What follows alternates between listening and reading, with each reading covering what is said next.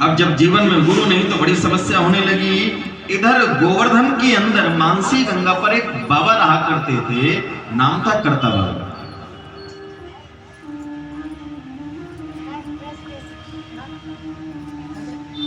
अब महाराज करता बाबा मानसी गंगा पे बड़े सिद्ध महात्मा थे, उनके विषय में तो हमने भी सुना है। अब करता बाबा खूब साधन संपन्न महात्मा थे, बहुत भजन किया करते थे, बहुत कीर्तन किया करते थे, गौड़िया संप्रदाय के महात्मा थे। लाला बाबू करता बाबा के पास पहुंच गए। राधे राधे बोल लीजिए। राधे राधे।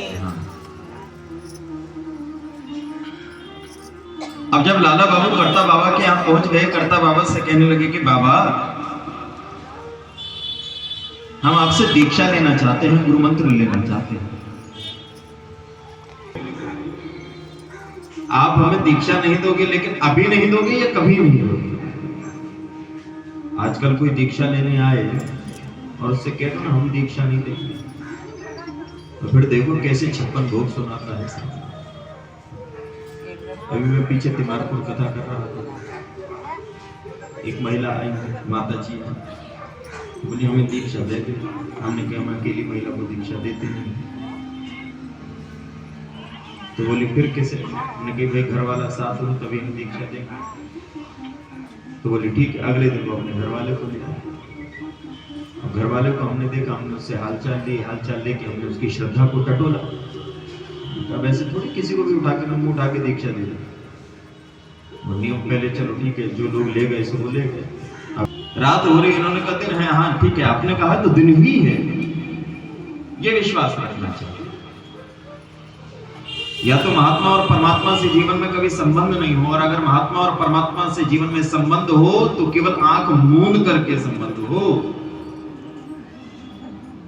अगर आंख और दिमाग खोल करके संबंध रखा तो ये आंख और दिमाग समाज में खुले रहने चाहिए, परमात्मा और महात्मा के समक्ष खुलने ही नहीं चाहिए।